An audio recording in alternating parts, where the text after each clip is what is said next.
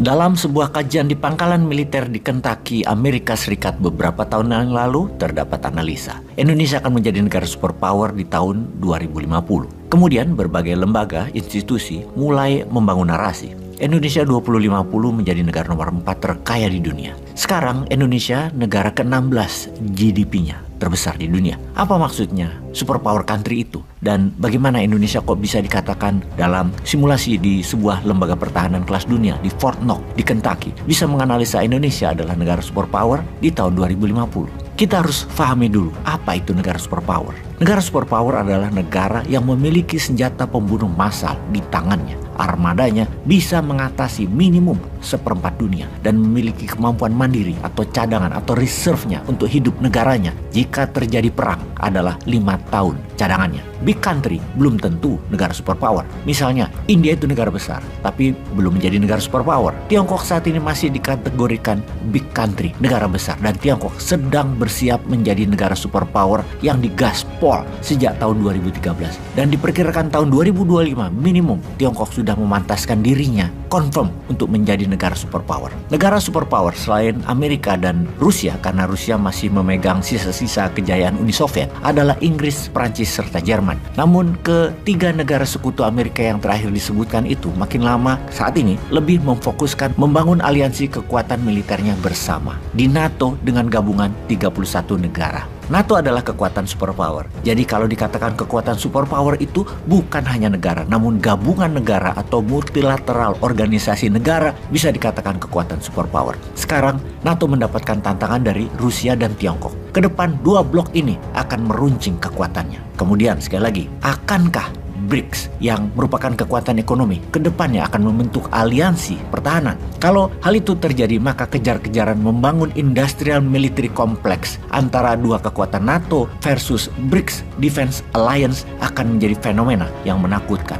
Kita ke Indonesia sekarang. GDP per kapita Indonesia selama 8 tahun hanya naik $1.000 per kapita atau naik 22% selama 8 tahun. Sejak tahun 2014 kita mengukurnya atau naik sebanyak 3%-an per tahun ekonominya. Kita perlu $15.000 sampai $18.000 per tahun per kapitanya untuk jadi negara makmur. Saat ini Indonesia masih masuk kategori negara berkembang, negara tengah, negara pasar. Sahabat, tanpa disadari, Indonesia saat ini sering diembung-embung, dipuja-puja, dibilang keren oleh banyak negara, terutama negara besar, di mana dikatakan Indonesia akan jadi negara makmur, top 4 di dunia oleh banyak negara, baik itu negara timur ataupun negara barat. Dan itu kalau pemimpinnya GR, dikira beneran memujinya, tanpa ada maksud. Padahal itu bahasa dagang, itu bahasa diplomasi. Padahal sekali lagi, ada maksudnya. Sesungguhnya dipuji-puji, dibulu-bulu itu Indonesia bukan karena ditakuti dan dihormati, tapi karena negara-negara itu mau dagangannya laku dibeli oleh Indonesia. Mereka sangat membutuhkan Indonesia. Untuk itu Indonesia dipuji-puji, dibilang hebat, dibilang keren, dan lain sebagainya.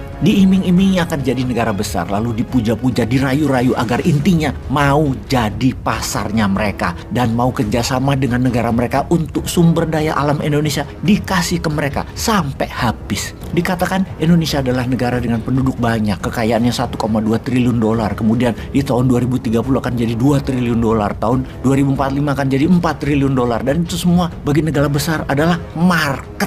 Indonesia adalah pasar. Kita melompat jauh ke depan sebentar. Ketika Indonesia dianalisa bisa menjadi negara superpower di 2050, maka yang dilakukan sekarang adalah jangan sampai Indonesia jadi negara superpower di tahun 2050. Mulai paham, ada pengkerdilan, ada pembatasan, ada kampanye negatif, ada pengelabuan dengan puji-pujian data. Semua itu ada tujuan agar lengah, agar hanya jangka pendek melihatnya, agar lalai, agar cepat puas diri. Sungguh, semua itu didesain, harus didesain, direncanakan, dan dieksekusi segera, yaitu pengkerdilan Indonesia. Disinilah kita harus memahami, ketika sebuah negara lain atau institusi menganalisa kita, kita harus tahu tujuan mereka. Karena sesungguhnya, nation interest sebuah negara adalah nation threat negara lain. Indonesia sesungguhnya adalah negara yang menakutkan, negara yang disegani. Mereka melihat sejarah Indonesia yang manusia Indonesia itu unggul di laut. Manusia maritim Nusantara itu unggul sejak lama. Sejak zaman Hang Tuah, Hang Nadim,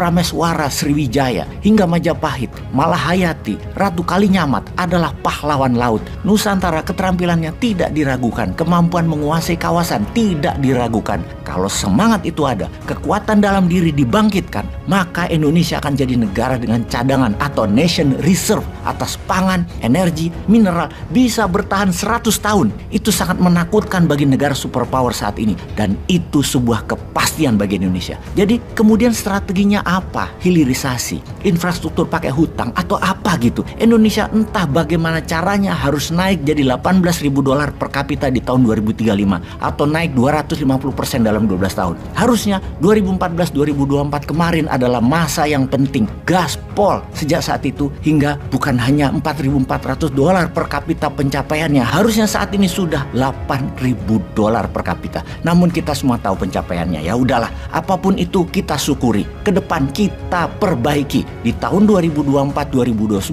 adalah masa terpenting kedua, kesempatan kedua dalam era kepemimpinan. Kalau Indonesia mau jadi negara besar dengan kekuatan 3-4 triliun dolar, GDP per kapitanya naik dari 1,2 triliun dolar, itu harus bisa tercapai hanya dalam 5 tahun. Kesimpulan, penting untuk 3 calon yang akan manggung membeberkan rencananya, atau nanti hanya all president men yang bertarung. Ya tetap saja, mana grand design-nya untuk Indonesia, mana road map-nya. Kalau hanya saling serang, saling hina, saling ledek, saling benci, saling tergantung oligarki, dan saling tergantung sponsor asing lagi, maka ketiganya atau all president men-nya sepertinya tidak layak memimpin negeri ini. Batalin aja pencalonan mereka semua kalau tidak bisa mengurai rencana yang membuat Indonesia menjadi negara superpower 27 tahun dari sekarang. Lah terus siapa yang tarung ya? Usahanya lagi. Peace.